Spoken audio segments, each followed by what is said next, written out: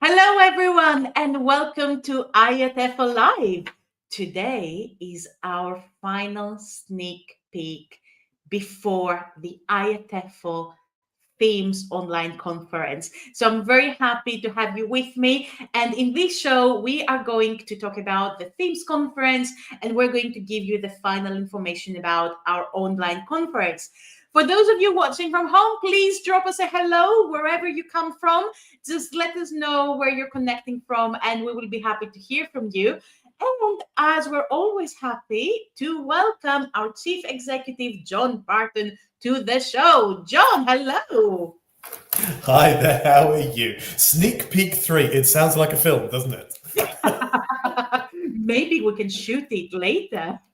That's a thought, absolutely. No, it's getting really exciting. It's very close to themes now, isn't it, Georgia? Exactly. I was going to ask you, how many days before the Themes Conference? Oh, goodness, I have no idea. What day is it today? It's Wednesday. That means by my advanced calculations, it's about 3 days' time.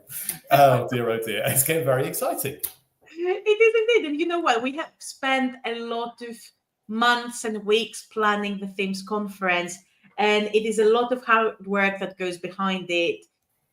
And it is wonderful to finally experience it. So we're hoping, fingers crossed, that everything will go fantastically well. Well, absolutely. One thing which I can report is going very well, particularly in the Northern Hemisphere and particularly in Western Europe at the moment, is that we also plan to have particularly miserable weather at the weekend. So everybody had to be inside, joining in with the Themes Online Conference. And looking outside now, it's all going well because it's horrible outside. It's the only time that we will hope for really bad weather. So, John. Yeah. I want you to tell me what's going on with themes. So where are we? Okay. What will we be seeing? Tell me everything, because of course this is a sneak peek. Right, absolutely. Okay, first of all, reassurance to people who haven't had chance to book yet. You've still got time. Obviously, the event is on at the weekend, and bookings will be open until the end of tomorrow.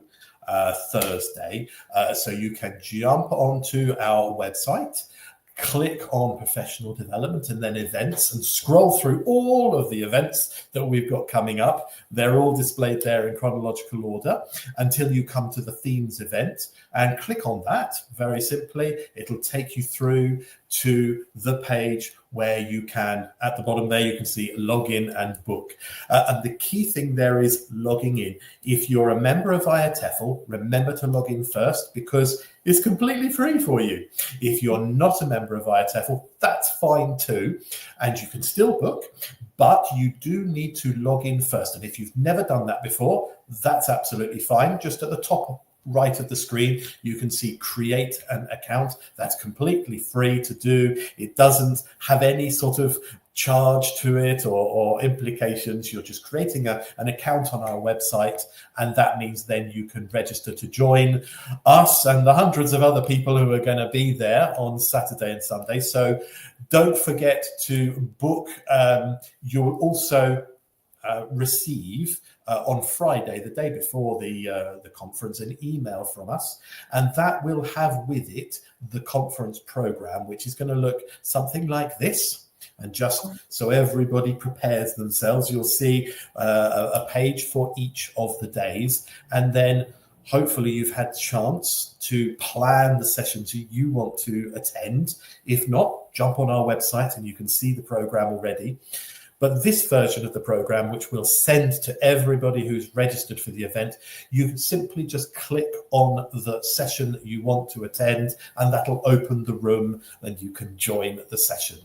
So, don't forget to book by the end of play tomorrow and join us at the weekend. Why are there 2 days, John? Oh, that's a good. You're asking me some tricky questions now, aren't you? Okay, right. Well, we've done this for the last few themes, and to explain, our Saturday, our day one, is really a celebration of some of the most talked about, some of the most discussed, some of the most popular sessions from the IATEFL conference. If you can remember back that far, all the way back to April in Edinburgh. So that's the IATEFL conference themes sessions. And they're really designed for people who weren't able to join us in Edinburgh, or for people who were attending one of the other 20 parallel sessions at that particular slot. Now's your chance to see a session again.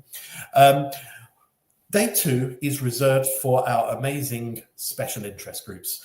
For those of you who don't know IATEFL that well, we have 16 different IATEFL special interest groups because, hey, we're all English language teaching professionals, but we all work in different areas of the profession. And when you join IATEFL, you join the association, but you also can join, as part of that membership, one of our special interest groups, or you can pay to join multiple special interest groups, those that reflect your professional interests. So if you work with companies and business English, then our business English special interest group would be for you. If you work in a primary or secondary school, perhaps our young learners special interest group is for you. If your interest is in technology or research or literature or pronunciation, or I can go on because we have 16 of these, then that special interest group is for you. And each of those 6, as we call them, is their own community. They each have a section of, we call it a showcase, in the conference. And day 2 of the themes conference is chosen by our amazing special interest groups. So you can really feed in with different sections and different areas of our profession. There should be something for absolutely everybody. How was that? Did that make sense? Oh, absolutely. I hope. I mean, I'm answering for the audience, but if it didn't, please let us know. Now, John, one question that I have for you, and something that people have asked me as well, is how do we select those sessions? Because, you know, in the IATEFL Edinburgh conference, we had more than 600 talks, didn't we? Talks and workshops. So how do we limit it to 2 days? This is a really good question. So how do we do it? First of all, is that we listen. I think that's the most important thing. This is not 1 or 2 people choosing. There are lots of different people who contributed to the conference who are giving us feedback and helping us to select sessions that were really popular or really created discussion. And then obviously with our second day, the special interest groups take control and they choose sessions from their showcase. So really, it's really democratic, basically. It's not I sit there and choose my favorite talks. I would never do that. But actually, there's also the reverse of that, of how do you, as somebody joining themes or the IATEFL conference, choose the sessions that you want to attend. Even in this conference, we have 3 different choices of session at each time slot. And I would say it's much easier for themes than it is at the main conference because we'll be recording all of these sessions. So if you've registered to join us, you can join one of those sessions in each time slot live. And obviously that's great because then you can actually put your thoughts, your comments and your questions in the chat as well. But then if there was another one you really wanted to see as well, you'll get the recording once themes has finished. That's so true. And you know what? You're absolutely right when you say that we cannot choose our favorite sessions because there's so many sessions. We would have a themes conference that would last about a week. Do you know, I think this is one of the things I always think about the IATEFL conference and themes, where we see, and for perfectly understandable reasons, people organize teaching conferences with a particular focus or theme. For us, it's the reverse. We run the conference with 600 sessions and we listen and see what themes emerge. It's led by the delegates. It's a reactive thing rather than a sort of proactive thing, which I think is great. Oh, absolutely. And for the people watching from home, the process is very simple. So we have got our survey at the end of every conference where you have the chance to tell us what you thought about the conference. And in this survey, we also get some idea of the most talked about sessions. So that's number one.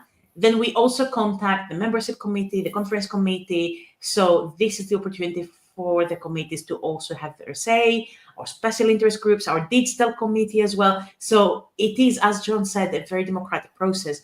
However, we also have a look at how inclusive and how varied the themes are, because we try to offer you the most varied and most inclusive program.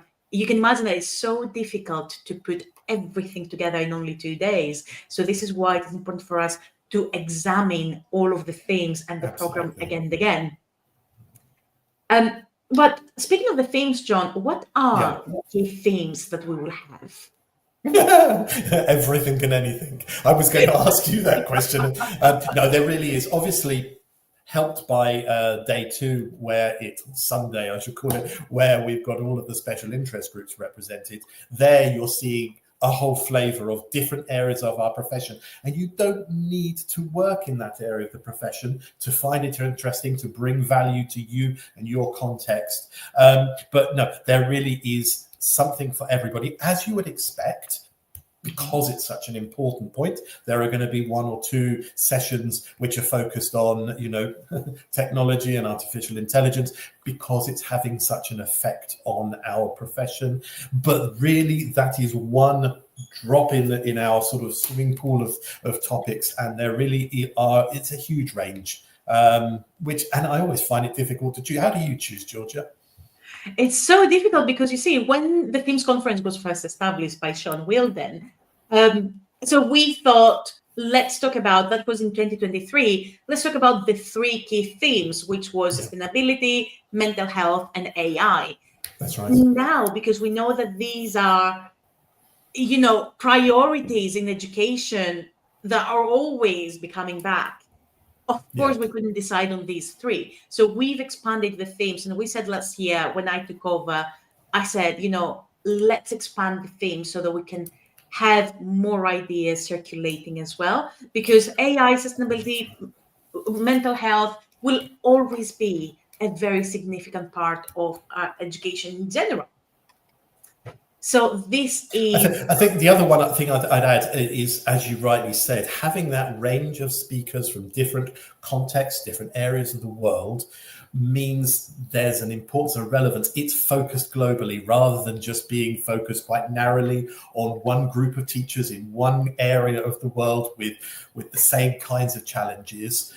Different voices from different areas give context, give perspective for everybody. So I think that's absolutely right and so important. And also, I think we take it very seriously as an association to always ensure that we have an excellent mix of voices, whether they are, now we're going to get into difficult language, but which always makes me nervous. And I hate to use the phrase native and non-native speakers, but to have a range of speakers who are bringing their background, their context, and their skills to the association makes our association and our events so much richer as well. All right, excellent. So, John, any further updates, something that you want to tell us about themes?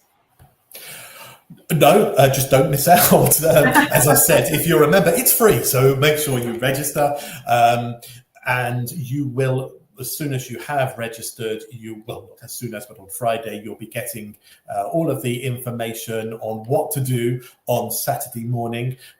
There'll be a really nice opening to the, I believe the president is attending as well, Georgia, and you'll be there. So all of the dignitaries will be there for the opening, and the same thing on Sunday morning. And then, it's just a celebration. It's a great weekend to sit with a cup of tea, a cup of coffee, have a great time as a community. Let's learn, let's share ideas. It's what we do. Absolutely agree.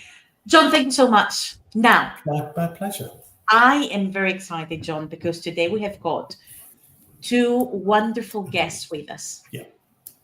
One of them is a speaker. I must give some information.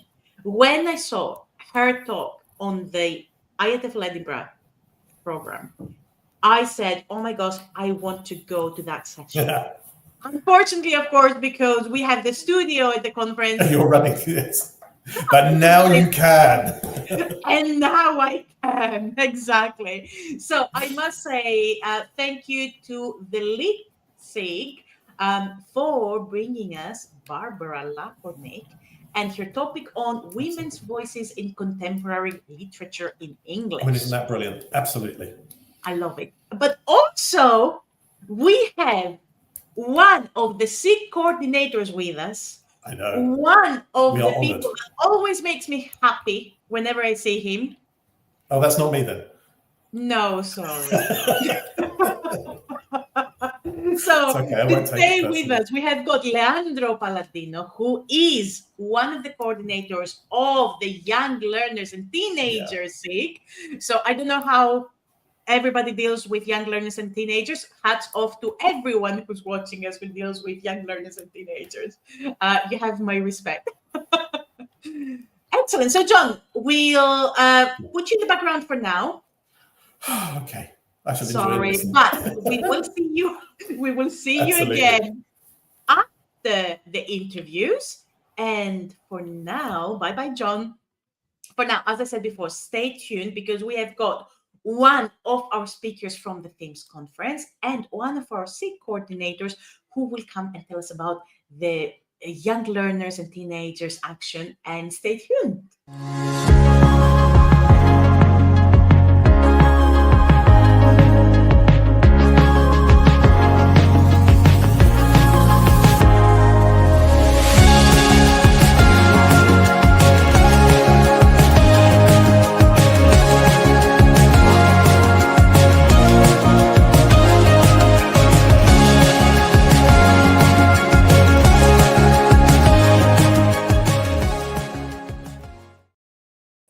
Hello. Barbara, Hello. welcome to IATEFL Live. Thank you very much. It's such an honor and such a pleasure. It's very nice to meet you, to finally meet you, because as I said before, I really want to come to your session. But at the conference, there's so many things happening. Of course. And it's a fantastic opportunity to have you in the show and in the conference as well. So thank you for joining us. Thank you, Georgia. Thank you greatly. Barbara, for Yeah. the people watching us from home, Yeah. I want to ask you the questions I ask everyone, which is, who are you? So I am a former teacher. Now I don't teach anymore. I am a researcher and project coordinator at the moment. I come from Trieste. It is a city northeast of Italy, but I'm not exactly Italian because Trieste is a bilingual city and it holds also a language minority. You can see from my surname Lapornik, okay, that it is. So my mother and father tongue, okay, we discussed before, mother and father tongue is Slovene. But of course, I did all the schools, Slovene schools also, because Slovenes are a historic minority in Trieste. And so we have also Slovene schools. And then we continued at Venice University, and then continued at Urbino's University and began teaching in Trieste's also Slovene schools. Very early in my career, I said, I need, such frame, okay, of knowledge and of the passing of time and the passing of technology. And I very early joined IATEFL. It was, I can still remember, my heart pulsing when I first joined IATEFL. I said, wow, that's where I wanted to be. Oh, this is wonderful. Oh, yeah. And what would you say if you could describe your work as a teacher first and then as a researcher in one word? What would you say that word is? What describes you? I think that I grew as a teacher. I was more and more attached as the teaching profession the more I taught. So I think that it is what somehow literature is about. It's affection and it is knowledge. So it is the rational part and the more emotive part. Being among young people, and many times I might say very eager to know, I must say my compliments to most of them. It taught me a lot of things. Such as? So it is teaching is a learning experience. So let's say this. You're so right, because every time I am in a classroom, I don't teach any longer because I've now moved to management, but every time I'm in the classroom, I feel the same thing. As you said, I'm always learning Yes. from young people, from other generations, even older generations. It's very interesting in general. Now, Barbara, you've mentioned research as well. So now you're doing research. What is your research based on? So I have kind of two loves, to say the truth. One is literature from the very old times. Sorry for that. I got a cold a little bit. Oh, And then, another one is interculturality. As a project manager, also working for school, I organized a lot of student exchanges, a teacher, shadowing, and I began to be interested in the particularities of different culture, but also of understanding of different culture. And so I went into interculturality, read, for example, Michael Byram, um, and his intercultural communicative competence. And so somehow I began also researching this. And what now I am at the moment doing is combining literature with interculturality. so what do you mean when you say interculturality? It is a science, because it is a science that deals with the aspects of culture and understanding culture and relating to your own as well as to other cultures. So it is, how to say, understanding the other somehow. Mhm. And that's very important, isn't it? Especially Yes, nowadays.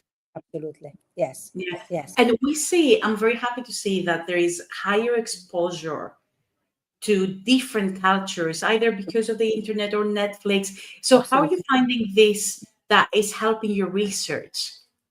But in the sense of, I'm combining different kind of theories with, in this moment, with literature. And of course, I think that more and more people are interested in that, also because of the things that you said, because it's not, it's practice and theory. And it's also, how to say, the wish, to live truly in the present times. I love it so much, Barbara. Now, you've also mentioned literature, which is your second passion. Yeah, first one. Your first passion, excellent. And now, as someone who loves literature as well, I'm a book girly, absolutely love reading in general. In your talk, you will be talking about women's voices. Yes. Can you tell us a little bit about your session? Yes, thanks. Yes. What I was interested in was choosing, literature from diverse parts of the world, still written originally in the English language, and see, how this literature answers each other and which are the particularities and the stories behind. And I have chosen women's literature because I wanted to see a little bit also the state of art now, in this regard.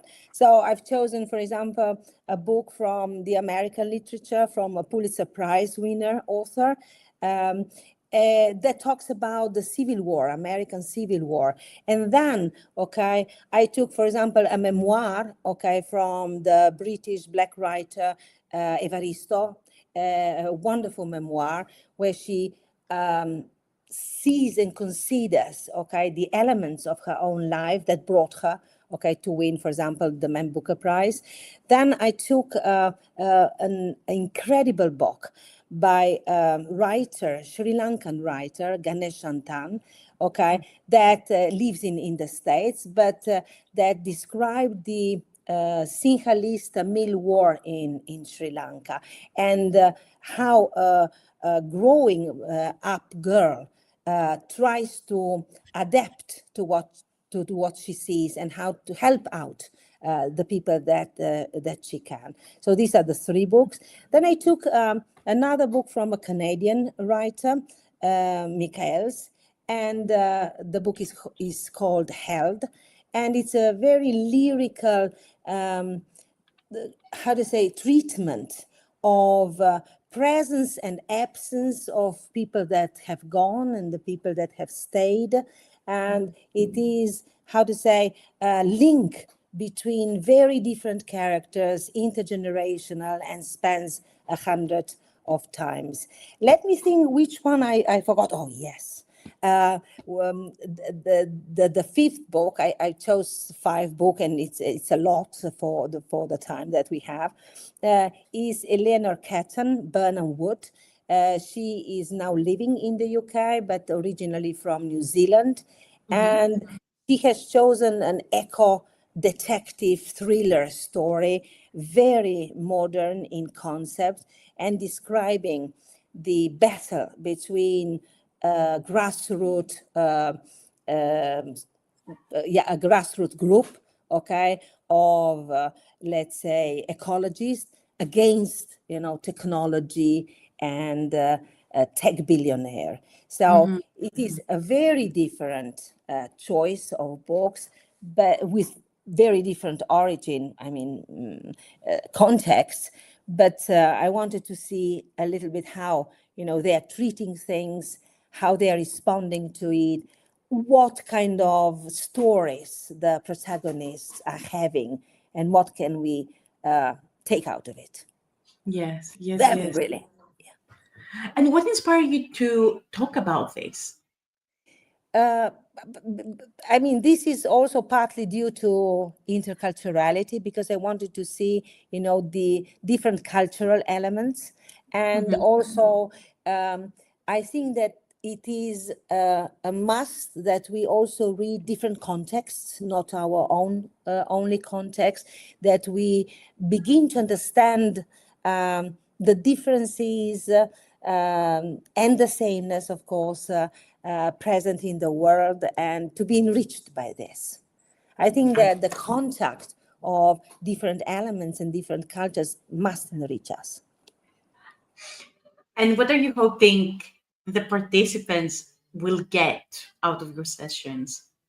But first of all, I hope that they take some of the books in their hands and read them. And also to think if anything, they have read something similar, or if they wish, to go deeper into this.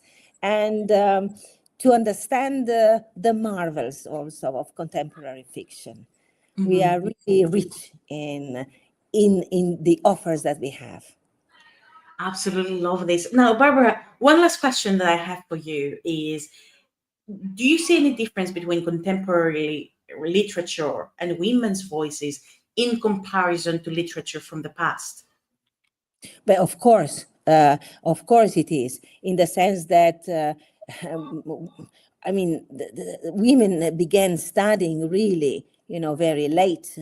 Okay, if you think that Virginia Woolf did not have any formal education, and of course only by numbers, okay, and by the possibilities that women have, okay, of course we have a greater richness, definitely. Yes, absolutely. But of course, for example, in Birnam Wood, Eleanor Carter says that what she learned a lot from Jane Austen. So possibly, we did not cut, our origins, our heritage. We just developed it. Absolutely. And what is one lesson that you're learning from all of these 5 women's voices that you've mentioned? I must say that you've convinced me to pick up at least 2 of the books. So they are on my reading list. So while you were talking, I was writing on my reading list the notes. Thank you. Thank you very much. But I think, of course, as women, resilience. There is not only as women, as human beings, the ethics. Okay, how is it to live ethically, and which are the things you have to pay attention. I think also dealing with some contemporary issues like the use and abuse of technology. And there's always lessons about human relationships and what we have out of them and how we can understand them and meditate them, and what is the impact that we have, and also some very general lessons. For example, I'm thinking now of Bernardina Evaristo talking and explaining how she got to understand that possibly conflict will always be with us, and that we must diminish it, we must strive to annul it, but okay, it's very possibly within the human nature, and we have to know that if she said if we are going to battle it, we have to enjoy the battle too. Oh, Barbara, thank you so much. Now, before you go, yes. I want to ask you one question related to IATEFL Edinburgh, because IATEFL Themes is a selection of sessions from IATEFL Edinburgh. So when you were at the conference this year, what is something that you've learned from the sessions that you've attended or from talking to other people? But I must say, as always with IATEFL, I learn how times go on, and how we become more we change sometimes we are forced to change the main direction, but how we deepen more and more our knowledge, and how we also enlarge it. For example, many times I choose sessions that I don't know much about it. For example, I've chosen, for example, a lot about bilingualism, a lot about translanguaging, AI, of course. And so I think that it is really an enrichment, because it opens up new possibilities and also new interests for the attendees. When you become interested in something that you thought, well, no, not for me. Yes, it is. It can be. And I've seen also some amazing work, both prior, people telling their experiences and their projects and what they have done and reporting on it. And this is also extremely interesting stories. Amazing. Barbara, thank you so very much for joining us today. Thank you, Georgia. Thank you for inviting me. And thank you for, for IATEFL and for, of course, Literature SIG, okay, that I cannot not mention. Oh, thank you so much, Barbara. Now, for people watching us from home, Barbara's topic is on women's voices in contemporary literature in English, 5 words. So Barbara will be talking on Sunday. So please join us. And Barbara, thank you so much for your time. Thank you. Thank you very much, Georgia. Thank you. Thank you all. All right, so we are going to go on a very quick break just to get inspired about next year's IATEFL conference. And then in about a minute, we will be welcoming Leandro Palladino, who will be telling us about his work and his SIG. And stay tuned for more.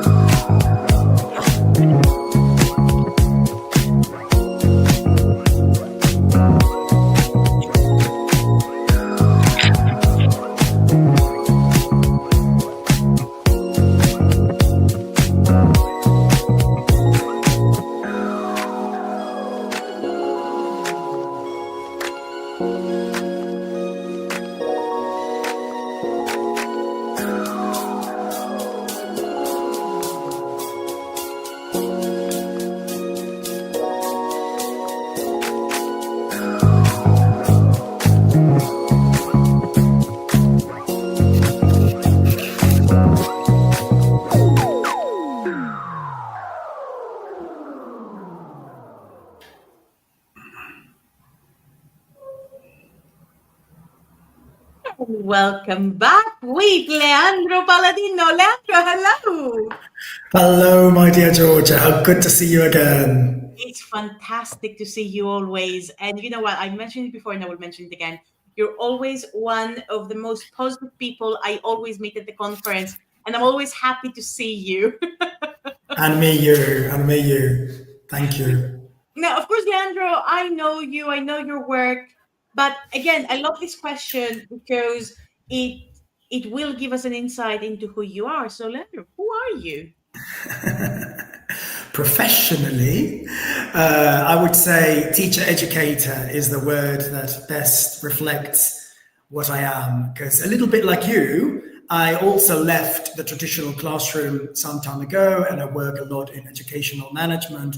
But I'm able to channel my passion for teaching and for languages in this role of teacher educator. There's nothing that makes me happier than being in another sort of classroom, which is teachers to be, undergraduate, postgraduate courses. It's another form of teaching. For me, I'm a teacher there, teaching other teachers, educating other teachers. But for me, it's just teaching of another kind. So like any other teacher, I suppose I do a bit of everything as well. I do a bit of editing, a bit of writing, a bit of publishing. I love my work with IATEFL. I am relatively new to IATEFL, really, in comparison with other people that have been around for decades, and I'm so happy to have joined. So before we talk about IATEFL, you've mentioned that you're still a teacher, but in different format. What is it that keeps you in teaching, in whatever format it is? What do you love about teaching? It's a bit difficult to say. I think it's this phrase, you know, the phrase that if you choose a job that you're really passionate about, then you'll feel that you're not going to do a day's work in your life. You know, I think that's a cliche, but like all cliches, there's such an element of truth for the ones of us that are lucky enough to relate to that phrase. And that's what it is for me. You know, like I think I would like to imagine for many teachers that the idea that no matter what you're going through on a particular day, you set a foot into the classroom, and perhaps not in the first 60 seconds, but in the second 60 seconds, I begin to forget about anything that could go on in my life. I just become teletransported into the teacher training, the teacher education encounter, and I forget about anything not so good that may be going on that particular day. And that's such a blessing. Oh, absolutely. However, even though I agree with you 100% that this is a massive blessing, what are the challenges that teacher educators face nowadays? For me, I think that ELT in particular, I think crisis will be too strong a word and clearly unnecessary, but in a state of flux. From the simple perspective, to put it quite crudely, it wasn't so long ago that we thought that teaching a language was about the grammar and the vocabulary and the pronunciation. Mm-hmm. And possibly because of the swing of the pendulum in which a paradigm goes from one extreme to another, I think we've come quite close to the other extreme of the pendulum, where we've got so many models and constructs that particularly younger teachers need to incorporate. Anything from how to decolonize the curriculum, sustainability, and well, I usually have a long list, and now no others come to mind, but I'm not concerned about the older teachers because we were trained first in the language elements, but in the younger generations, sometimes I feel that it's a challenge for them to look at these other newer citizenships. That will be another one. And you can have such a lot of adjectives, you know, like digital citizenship and intercultural citizenship. So how to blend the two paradigms, if you see what I mean, and how to remember that, yeah, I mean, I also need to know how to teach vocabulary well, because I've seen it happen that maybe younger teachers prepare a wonderful, say, critical citizenship plan, but then maybe they find it difficult to explain vocabulary effectively. You know what I mean? So I think, like any paradigm shift, as I was saying, we are going to find a sort of happy medium, and we are on the way. And I'm looking forward to that over the next decade or so, how maybe these two extremes sort of find a sort of balance halfway in the middle. That's so true. And you're absolutely right when you make the division, because yes, older teachers, for example, different generations had a different kind of training. And nowadays, what we're seeing is a completely different shift. And these are all overlapping priorities in a world that is changing very, very fast. Whereas even in my generation, when we were training to become teachers, the changes and the pace of the changes was not as intense as today. Absolutely. So how did you Absolutely. find that your trainees respond to these quick changes? It's a challenge. I was thinking, about Barbara, and well, if this is sneak peek 3, like a film, it does look like a film, everything you've produced. So obviously, Barbara the heroine and I'm the villain, Beauty and the Beast sort of effect. She does more literature, and I do more language and methodology, more attached to language. I really enjoy literature, but it's never been an area that I've, specialized in. So I find it to be a challenge from that perspective that I'm saying. I find that, on the other hand, particularly, I work a lot with teachers whose home language is not English. So, of course, there's that additional challenge of them learning English themselves and polishing their English and brushing up their English throughout the career. The challenge of teachers saying, I've been teaching A1, A2 for so long that I feel that my own English has become rusty. So, of course, that language development is a challenge for many teachers around the world, particularly, obviously, if their home language is not English. So I think that's the challenge, how to go back to basics and how to teach the language well, enriching our practice with all these wonderful models that I'm also, many of them I work with and I do research in, such as translanguaging. I did, for example, my master's dissertation in translanguaging. So I think that's the challenge, and to help them combine the two sets of skills, the methodology skills and the language skills, with all the other new models that ELT and I think IATEFL, and if you look at the conference programs in the past years, has been a reflection of this growing complexity and richness, which is really a very welcome a change, but again, challenging, particularly for the younger generations and the early career teachers. That's very, very interesting. Now, enough with the gloom, though, because we don't want people to be, even though it's closer to Halloween. No, but I find that to be, a sign of the times. I don't think there's anything negative about it. On the contrary, it's the sign of professionalization. I'm happy that we're not simply thinking of ourselves as teachers of vocabulary, that we only teach words and there's so much more to it. I'm really happy that is going on. I'm simply saying that professionalization includes a number of challenges. So yeah, smile. No, I absolutely agree. And you're 100% correct when you're saying that the shift has created different priorities. So I absolutely love this, absolutely. And the reason why I've mentioned gloom is because we're talking about the challenges. So I'm really hoping that the new teachers watching us do not feel that the changes are overwhelming. Not at all. So that's why I just need to correct myself. And if they are, well, that's the state of the profession these days. And, as teacher educators, we need to find ways to walk them through that path of the new challenges. Yeah. Absolutely. Now, Leandro, I know you in your capacity as one of the SIG coordinators for the Young Learners and Teenagers Special Interest Group. So how did your journey in IATEFL start, and how did you end up here? Okay, yes, I am one of 2 joint coordinators. Leticia Moraes, my friend Lele, is the other one, who is based in Brazil. She's actually been around much longer, at least a decade, I think, in this particular SIG. So I'm learning a lot from her, and I hope that I'm also contributing something in my role. I started out as an editor because that's what I was already doing, and I still am an editor in the EAL journal, published by NALDIC, another UK charity, in fact. So I joined as an editor first, And then, well, when the wonderful Laura McWilliams stepped down as coordinator, we stepped up.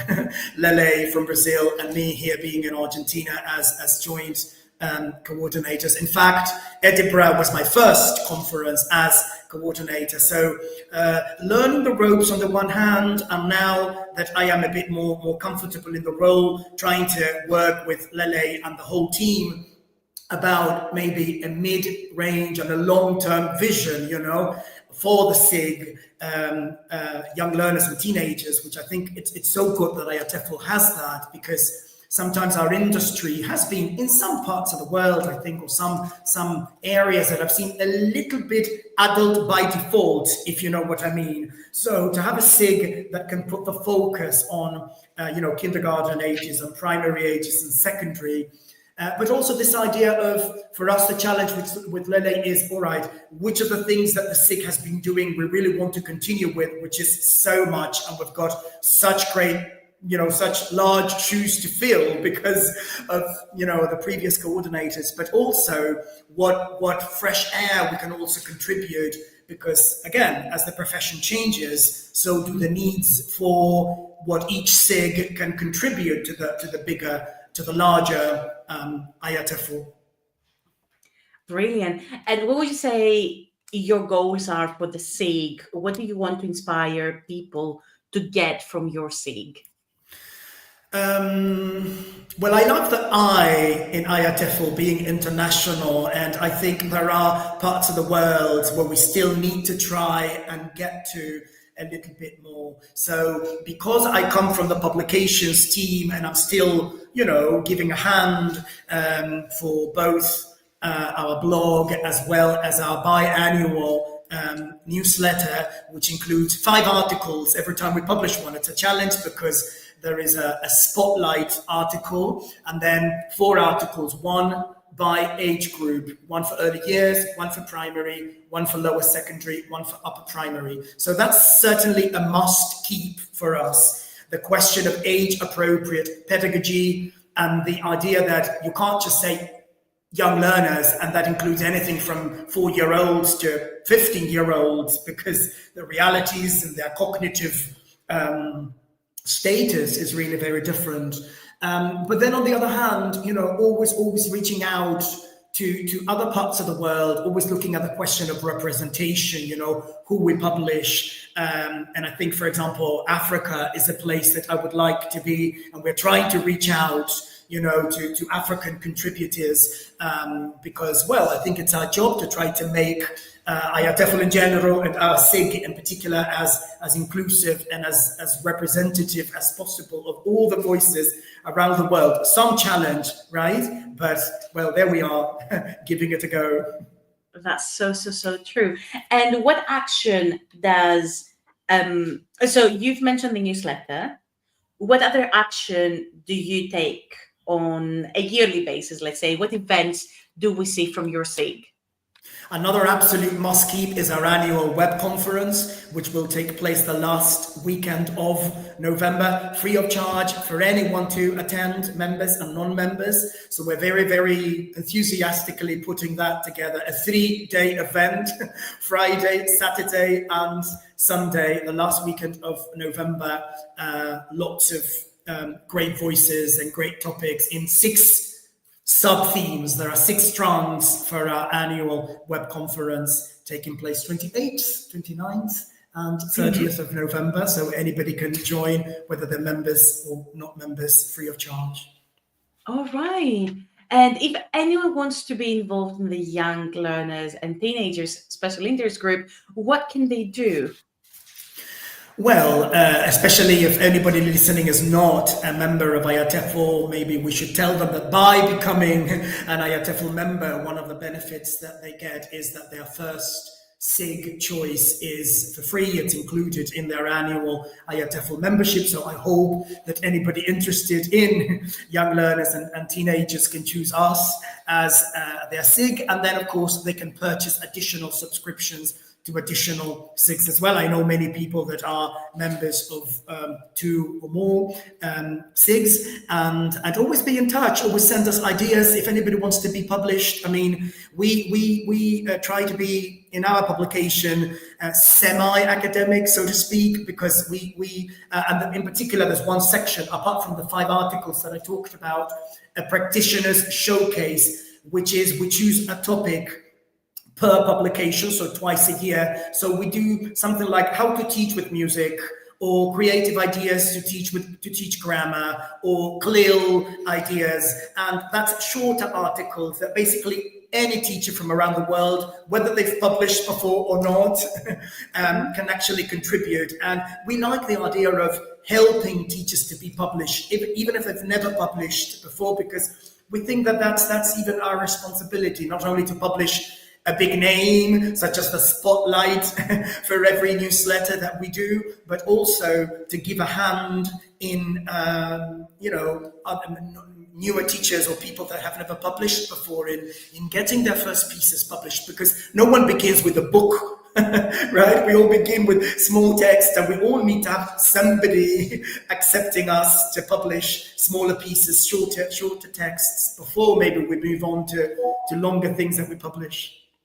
And it's very important what you said about helping people take their first steps into, achieving their passion, whether that's writing an article or presenting or joining your special interest group in order to find out more about young learners and teenagers.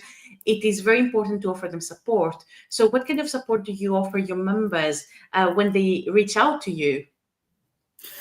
Well, maybe rather than take the line that other publication outlets would have, that it's either on an acceptance or rejection basis, we try to be as accepting as possible, and to the extent that we can, give the contributors a hand in doing, a bit more editing that would normally be the case, and asking for rewritten versions, or making suggestions in terms of how they can rewrite what they've sent us. And then we try to say no as little as possible, and always find a way to make people, to have people being published. So a big thank you for Romina and Cecilia and Adrian as Leandra in the publications team. We've got new people that have just joined committee. So if you're interested in our work, look us up, YLT, within the IATEFL website. And of course, we've got our own social media, etc., to follow us and to see our work. We've now got Ani Altamirano and Eugenia De Losa, who've just joined us to take care of social media and to take care of membership and sponsorship. And of course, the wonderful Michelle Morgan and Elizabeth Ciccone, who are the events organizers and who are now putting together our contribution to the Themes Conference, as well as next year's showcase and pre-conference events as well. So thank you to all of our wonderful team. I love the fact that you mentioned the showcase, and I wanted to ask you about the showcase in this year's IATEFL conference in Edinburgh. So what was the showcase, and what are the showcases about? That was such a wonderful showcase that we had. Well, for anybody not listening, a showcase is like a one-day opportunity for each SIG to show their work. And the reason why I'm saying this, Georgia, is because I remember my first IATEFL, I attended workshops and talks without knowing that the workshop or talk was part of a showcase. So what that means is that if you're especially interested in business English or young learners or whatever, you can pretty much find the Tuesday or the Wednesday or the Thursday, because it's one of those 3 days, and maybe stick around, try and stay in that particular room for as long as you can or want, because you will have topics related to that particular area all through the day in that particular room. So I'm so happy to see that you guys are doing Jeb Dobson from last year's, from April. In fact, it's this year. It feels like it was 3 years ago, but it's just barely 6 months ago. And I'm so glad that such great talks can now go universal, they can go global, and that people can listen to Jeb Dobson talking about the pandemic babies. Where are they now? For me personally, I mean, in my own school, now looking at the 5-year-olds and the 6-year-olds who were 2 or 3-year-olds or 1-year-old during the pandemic, and looking at what it could have meant for them to have their early schooling necessarily limited back then in the year 2020, 2021. It's such an interesting and thought-provoking workshop by Jen. And then, of course, the wonderful Lucy Crichton doing More Green, Less Green. She's just so wonderful to listen to. If you know Lucy, no matter what the content is, she's just wonderful to listen to. And this particular topic, and IATEFL being so big these days, of course, about sustainability and the discussion around the world as well, where countries sometimes are making the decision of simply banning phones in schools altogether, because sometimes they find that there's nothing more practical to do than that. In an ideal world, prohibition wouldn't have to be the word. So to have Lucy talk about more green, less green, well, two wonderful talks that we had in our showcase that I'm so glad that now everybody will be able to listen to for free if they're a member, and for such a low fee if they're not a member. So I'm really happy about that. Oh, Leandro, thank you so much. Thank you so much, Leandro, for sharing your ideas, your expertise.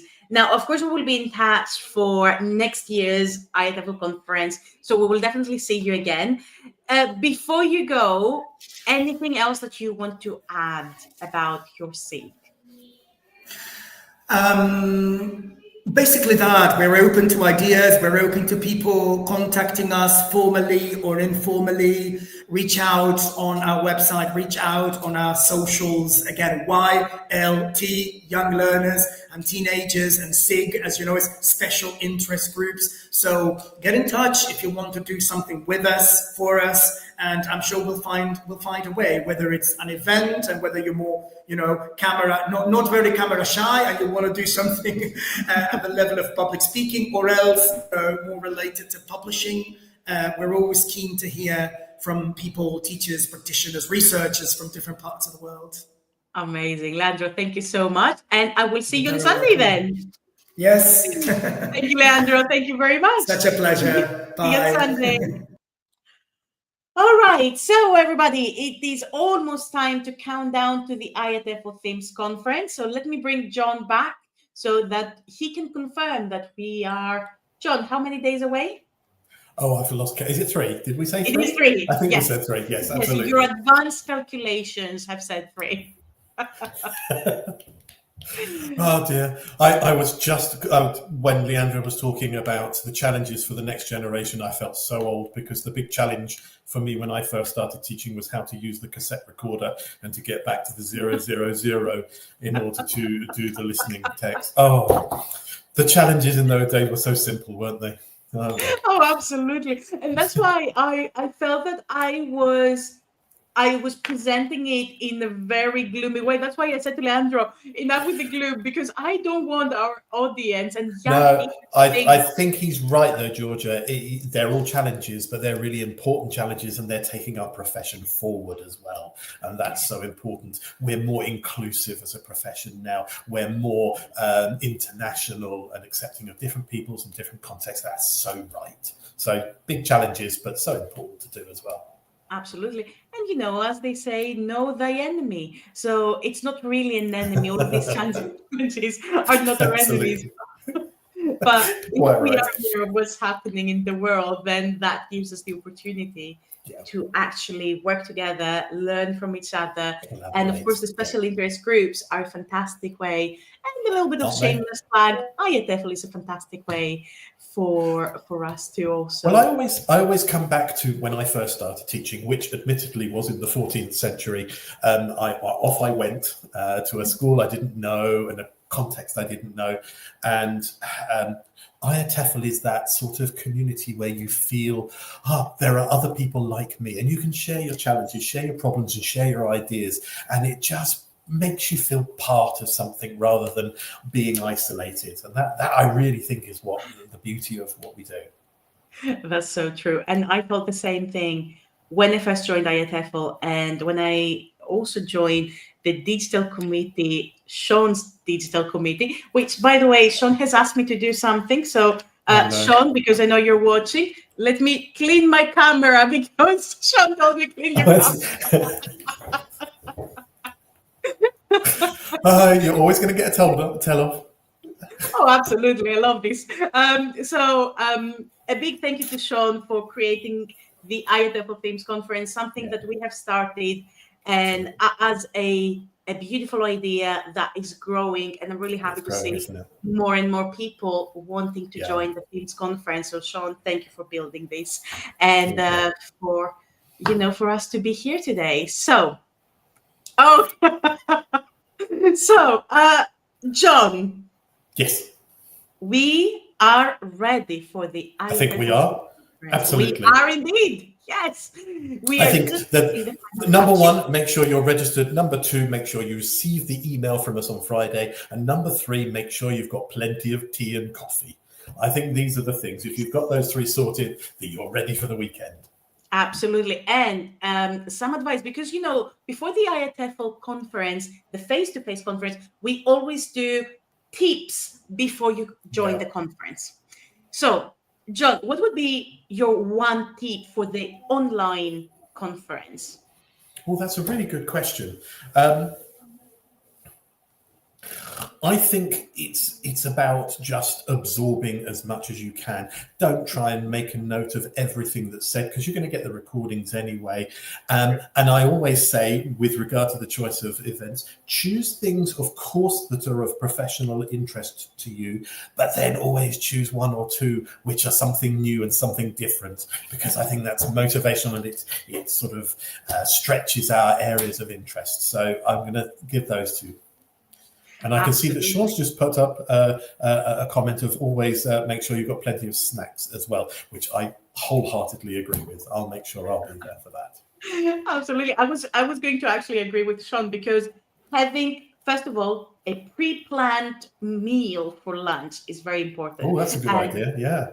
Exactly. So we've been discussing this with the moderators, because we have got very little time from one session to another. There is a 15-minute break. So having a pre-planned lunch like a salad or something is very easy and quick. And of course, calories do not count during conferences. Of course not. Absolutely. Right. Yeah. Right. I mean, we're running around the world for this event. So, I mean, we're burning calories like nobody's business. The other thing I just wanted to add is, which I mentioned before, is in each of the sessions, there's a chat where you're absolutely entitled to put in your ideas, your thoughts, your suggestions. But I'm also going to say, also put in your appreciation of our amazing presenters who are, perhaps quite nervy about presenting to such a global audience. We're a positive community, and it's so important to support each other. So I always think that's a really nice thing to do. Oh, that's so nice, John. Thank you very much for ending the show with this. And of course, John, we will see you on Saturday. Yeah, I guess so. Yes. Oh, is there something happening on the weekend? So thank you, everybody, for joining our IATEFL Sneak Peek live show. And in this sneak peek, if you didn't join from the start, you will have the chance to meet one of our speakers, Barbara Lapornik, who talked about her session, and one of our SIG coordinators, Leandro Palladino, who talked about his SIG and how they're contributing to the IATEFL Themes Conference. So we are hoping and we're looking forward to seeing you all on Saturday and Sunday. This actually coming Saturday and Sunday. I know. Yes. Absolutely. 3 days. So, in 3 days, exactly. So thank you all very much, and we will see you this weekend. Thank you, everybody.